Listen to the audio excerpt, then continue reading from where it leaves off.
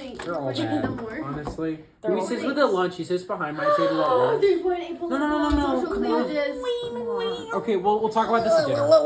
We'll talk about it at dinner. Me and my You're girlfriend are going out to banning me. dinner. What the heck? Alright, so what are these? So basically, Cleavages? yeah, Wait, that's what I Opposite. talk about in mine. you did 3.9, right? Yeah. Okay, good. Alright, so these are basically just internal divisions that impact the political system. They can be based on identity or values.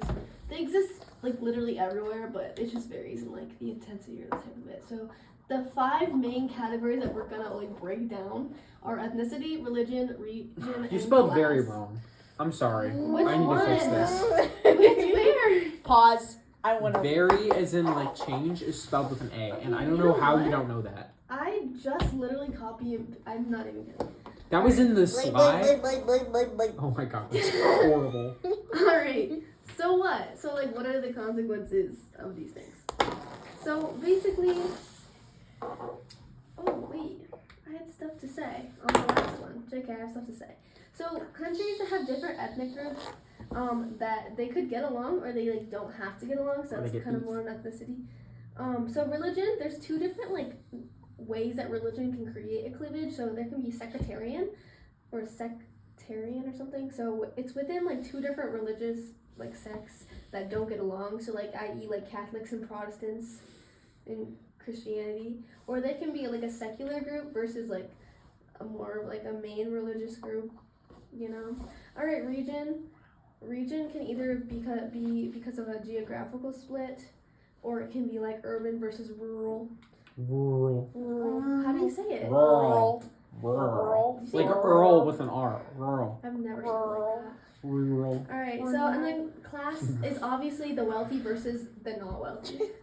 Anyway, so the consequences. So basically these things influence political preferences, participation, Girl. and articulation. So they impact state sovereignty and stability and legitimacy. So basically Well, hold on, say legitimacy again. legitimacy. You said legitimacy. Okay, you said controlled in your Controlled. Alright, so they I'm also just a baby. they're addressed and used in a variety of ways by the state, so they can I either want be mommy, used to I want unite. milk. Shut up. They can be used to like unify or like used as like suppression. All right. Uses like suppression. Yep. So political and social cleavages in the UK. So this is honestly where cleavages were first researched. Because you know the UK has all these different little country type things.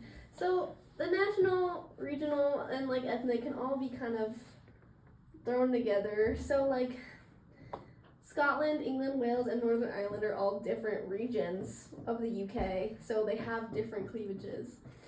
Duh. Oh. Alright, ethnic is. Oh, this is crazy. There's like British versus non-British. You know how America hates immigrants? So does the UK. The UK thinks like the people who like originated there are like deemed as the British, but the non-British are like anyone who moved from Middle Eastern countries or who moved from different parts of like Europe. So that was crazy. Too.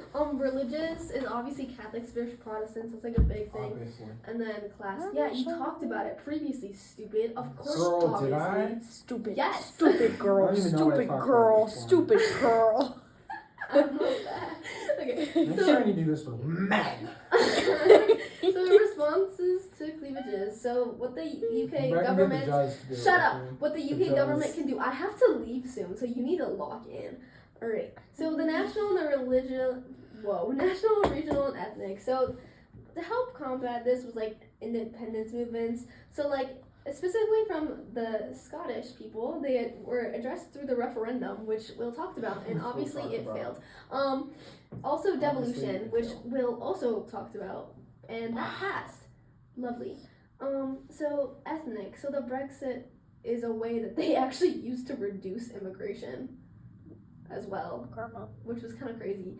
And then religious, low key, like the religious cleavage is kind of bad. So there's political violence in Ireland, like kind of badly. So Ireland or Northern Ireland? Northern Ireland. And it's caused like devolution. They're trying to use that to help it. And then class, they're doing the political party representation. So like obviously the Labour Party exists, and that's kind of a way they're trying to combat that. All right, so like this is just kind of an overview of how you're supposed to compare the two, because this is like comparative government. It's like, what do they have in common? Blah, blah, blah. Do they have the same? Which one's more intense? How does the state respond? The consequences, yada, yada. So we're going to see that here. And we're doing two more democratic regimes, sort of. So Mexico and Nigeria, which are usually similar in like everything. So the difference is, for ethnicity, in Mexico there's 3 different like groups that are competing for power, versus in Nigeria there's a lot more. So there's a lot more vying for power versus more of like a majority versus minority type thing in Mexico. In region, they're both the north and the south, but it kind of works out differently. Like in Mexico, the north is closer to the United States, so they have more trade and contact with the United States, making them, by result, like have better economic stability and things like that. But in Nigeria, it is actually the south who prospers because they have more access to oil, therefore their economy is better. And the ocean. Yeah. The north is just the Sahara.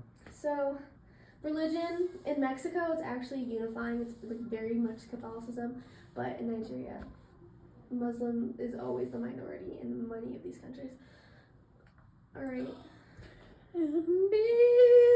So here are how we compare them. Basically, I just did that, but here's a more in-depth. Both countries are large and diverse. Yup. Groups diverse from. So basically, this is just more in-depth of what I said, but I touched on this. All right, next one.